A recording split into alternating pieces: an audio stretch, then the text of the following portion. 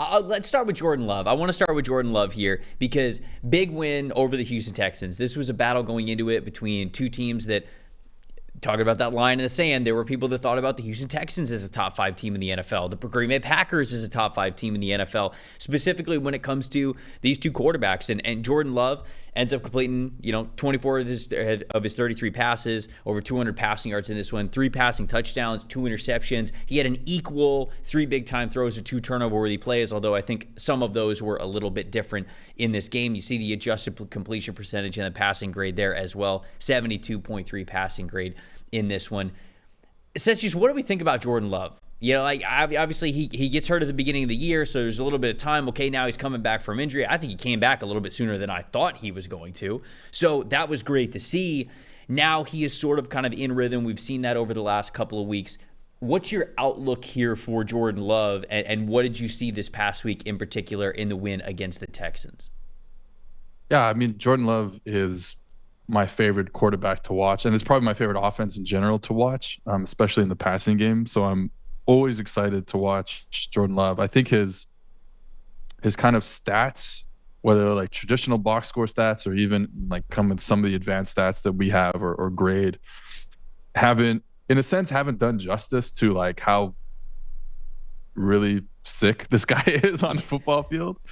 And it's just super fun to watch. Like, we thought maybe this could be an MVP type season. I think we're not quite there yet. I think there's an MVP in his future, probably the way he plays. We're not quite there yet. And again, a lot of that has to do with the box score stats, right? Like his yards per attempt and his passer rating aren't at like those MVP type levels. But I think his play on the field is getting there. He makes every single throw.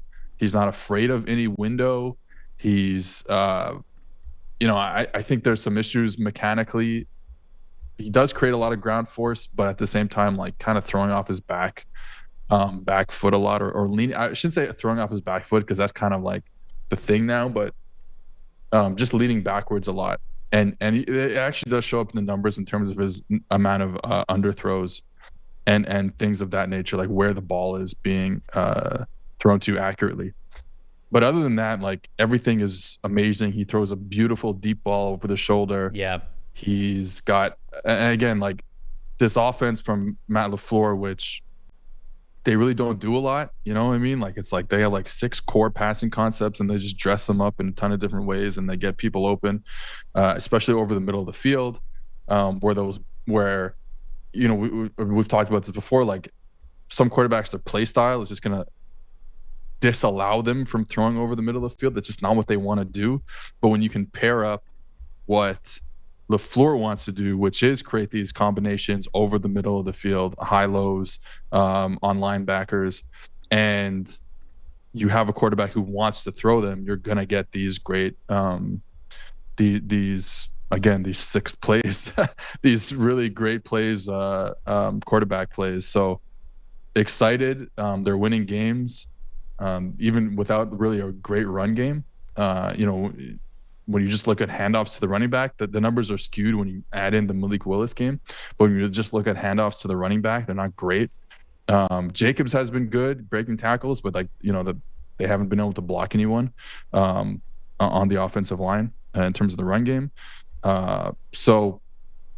Doing this without a run game, just kind of throwing deep every play, like it's fun. That's all I had to say. It's just super fun and it's exciting going forward. Yeah, no, it definitely is. And when you look at Love's numbers, you're right. It feels like they don't do the vibes justice of like how good this player is, right? Because when you look at big time throws, I'm looking at it now since week 4, which is when he came back.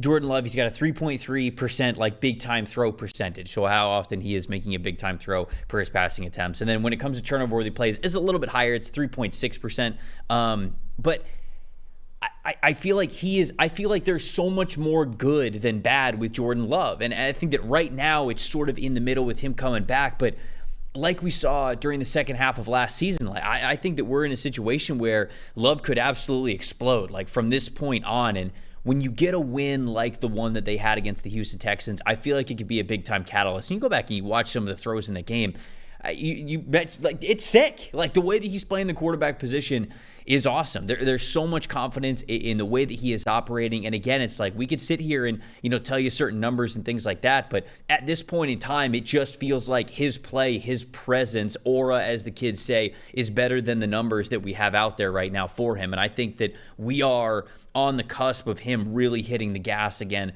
like he did during the second half of last season. There were a couple of throws that I watched from the Houston game that I was able to rewatch, and it's like, all right, man, like you're putting this one into harm's way a little bit here. And I think that's why people kind of talk about Jordan Love as a little bit of a roller coaster, or like as a wild man quarterback. But I just go back to what you said. He's not afraid of any throwing window. He is not going to back down from any throw that he believes is the right throw. And the fact of the matter is, you've got to have that mentality at the NFL level. It's not always going to be perfect. Of course, you don't want to put the ball into harm's way. Of course, you don't want to throw turnover-worthy plays. But in this league, with how small the margin is, how good these defense coordinators are, how good these NFL athletes are on the defensive side of the football, it's going to happen. It's natural. So you can't totally, in my opinion, look at these turnover-worthy plays, especially if they are at an understandable level, and say to yourself, like, okay, like you really got to count these against him. Because you have to be able to attempt some of these throws. Now, not all turnover-worthy plays are created equal. Like, you could still have a turnover-worthy play, but one turnover-worthy play might be a -2 in our category, and some might be like a minus, I don't know, 0.5, 1. And so, like, even turnover-worthy plays themselves can be terrible. You really don't want to make the boneheaded decisions. But when I look at the turnover-worthy plays for Jordan Love, I don't think they're boneheaded decisions. Like, I don't think it's like, dude, you're going to lose your team the game if you keep doing this stuff. Even throwing off the back foot, some of the throws that I saw off the back foot against Houston, it's like, all right, well, he's kind of giving his guy a chance here. He's throwing the ball up, and actually it was a nice pass, all things considered, and he's giving his guy a chance. And so, to me, even when I look at the turnover-worthy plays for Jordan Love, they are within the context of he is attacking a throwing window that you have to mentally be okay, not only be okay with, be confident in attempting if you want to win at the highest level in this league. So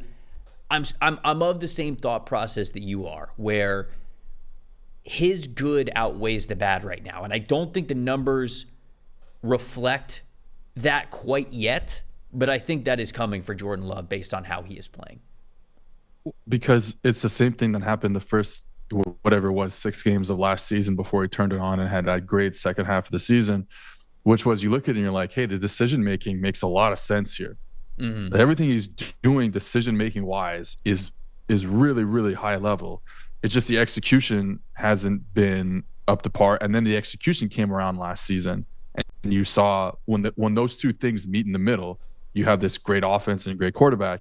And again, like you said, it wouldn't surprise you if this happened again, and he started hitting these kind of throws that he's been a little bit behind on, maybe a little bit underthrown. Like I said, you start hitting those throws, and the sky is the limit. So I agree. I don't think these been boneheaded bad plays by him.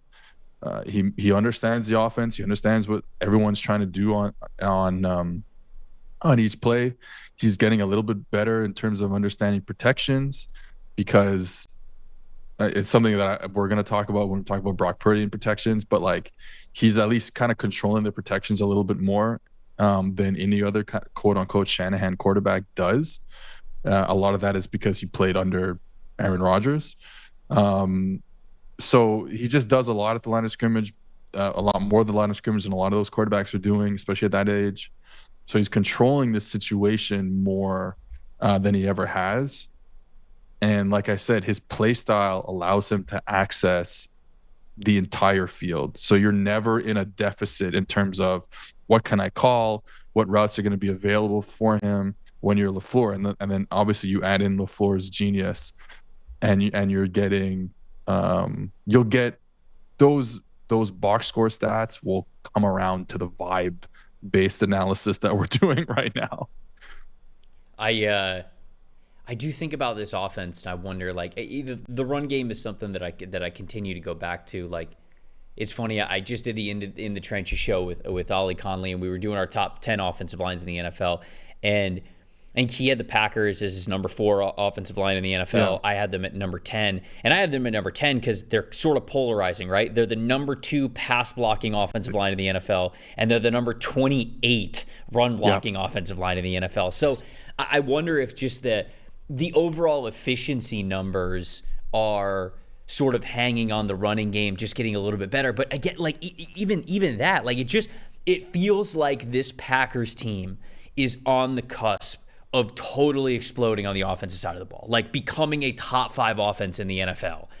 From certainly what we saw this past week. And when you look at like, okay, like they could be a little bit better in the run game. They could be a little bit better run blocking as a group. But you even watch some of their run blocking snaps, and Ollie did a really great job painting this picture. He's like, if there are plays where offensive linemen are climbing or lead blocking or doing something in space to the second level, they're blocking really well when they get to the second level and in space. It's just sort of right off the snap, they're just a little off. I think he used the word clunky. And like that stuff you can fix. So if you're fixing that part of the run game a little bit, you already have Josh Jacobs back there.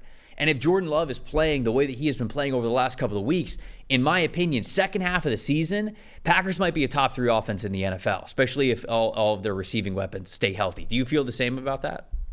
Oh, 100%. And I think with the run game, I wonder, I'm just kind of talking out of my ass right now, but I wonder if so much of their run game is probably better, in a sense, quote unquote, like better than the numbers, because they're creating so much, like in terms of like design and misdirection. I wonder if all those like quote unquote misdirection runs are hitting big, and it's their base stuff that isn't, like the stuff that like LaFleur and whoever the O-line coach is there design on a week-to-week basis is probably really good, and their base stuff is, like you said, probably a little more clunky. So if you can get that, like you're always going to get those great plays out of LaFleur, but if our base stuff comes to a higher level, then yeah, I think we can be a top 5 offense in the league for sure.